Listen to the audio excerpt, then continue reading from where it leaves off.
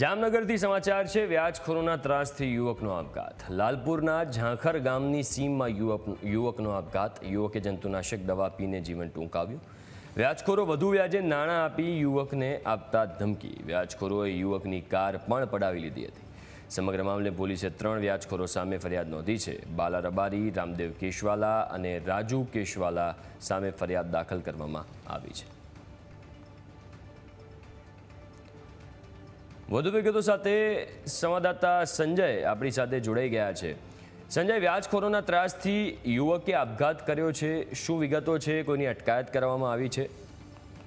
જી જી, ચોક્કસથી જે પ્રકારે જે યુવકે ઝાખર ગામની જે લાલપુરનું ઝાખર ગામ છે તે ગામની સીમમાં એક ઓરડીમાં જંતુનાશક દવા પીને આપઘાત કર્યો છે। આપઘાત પાછળનું કારણ જે વ્યાજખોરોના ત્રાસથી તેને આ પગલું ભર્યું છે। સમગ્ર બાબતની વાત કરીએ તો જે યુવક સાથે વ્યાજખોરો છે તે જમીન લેવેચનો ધંધો કરતા હતા। ત્યારબાદ આ દરમિયાન તેને યુવકને ધીમે ધીમે કરીને જે ઊંચા વ્યાજે જે નાણાં છે તે આપતા હતા। ત્યારબાદ પઠાણી ઉઘરાણી પણ કરવામાં આવતી હતી અને ત્યારબાદ જે યુવક પૈસા ના આપે તો તેની કાર પણ પડાવી લેવામાં આવી છે। ત્યારે વ્યાજખોરોના ત્રાસથી યુવકે જે જંતુનાશક દવા પીને આપઘાતનો કરી લીધો છે, ત્યારે પરિવારમાં પણ હાલ શોકનું મોજું છે। જી બિલકુલ, આભાર સંજય વિગતો આપવા માટે।